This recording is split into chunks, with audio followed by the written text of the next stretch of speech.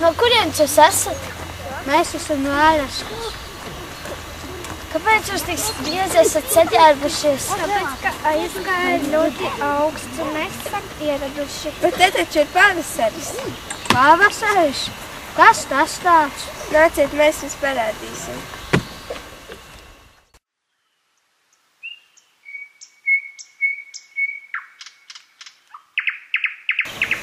Pavasarī tīpaši krāšņas veiklūkstinītes un krokusi. Te viņas ir. Pavasaris ir laiks, kad atmostas daba un var dzirdēt putnu dziesmas.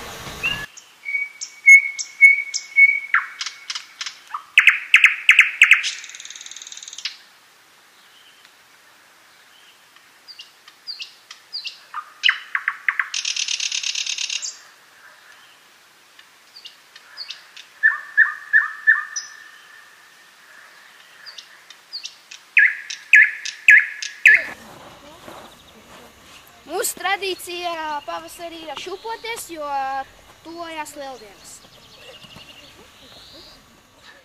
Mums patīk pavasaris, jo daudzas stundas mēs pavadām ārā.